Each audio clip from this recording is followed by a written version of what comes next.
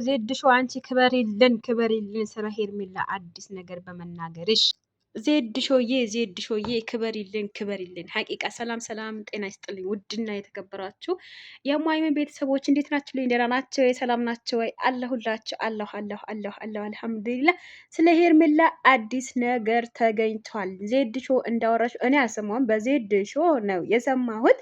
ቪዲዮ በደንብ ላብራራላችሁ አይደለም፣ ስራ ላይ ነኝ። እኔም ደግሞ እንደናንተ እንዳትጨነቁና ስለ ሄርሜላ አዲስ ነገር ተገኝተዋል፣ እንኳን ደስ አላችሁ፣ ደህና ነኝ ምናምን እያለች ነው እንግዲህ ራሷን አሟታል ነው እንግዲህ። ዋናው ነገር ባለችበት ፈጣሪ ጠብቋት፣ ምንም ነገር የእሷ ክፉ እንዳንሰማ ነው እኛ የምንፈልገው።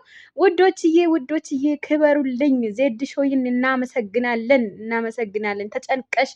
አንቺን ተጨንቀሽ እሷን ለአዲስ ነገር ስላመጣሽልን። በነገራችን ላይ ዛሬ ስለ ሄርሜላ ቲክቶክ ሆነ ዩቲዩብ ሆነ ኢንስታግራም፣ በተለይ ኢንስታግራም ብትገቡ ሄርሜላ ግሮስ በላችሁ ብትጽፉ የእሷ አዘን የእሷ ደስታ የምትመለከቱ ቲክታከር ይሁን ኢንስታግራም ይሁን ምን ልበላችሁ ቀውጭ አድርገውታል። ፍትህ እየጠየቁ ነው። ፍትህ እየጠየቁ ነው።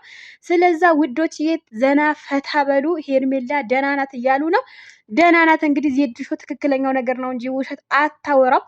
ከፈለጋችሁ የእሷን ሜንሽን ዜድ ሾው ብላችሁ ሄዳችሁ የእሷን ትክክለኛ መረጃ ማዳመጥ ትችላላችሁ። እንደዚህ ይመስላል። እኔ ደግሞ እጄን ሸብረቅ ምናምን አድርጌ መጥቼላችሁ ለምን እንደሆነ ታውቃላችሁ? እንደዚህ ሸብረቅ ምናምን ብዬ ወደ ሀገሬ ልመለስ ነው። በዱዓችሁ አትርሱኝ። አያችሁ እጄ ምን እንደሆነ።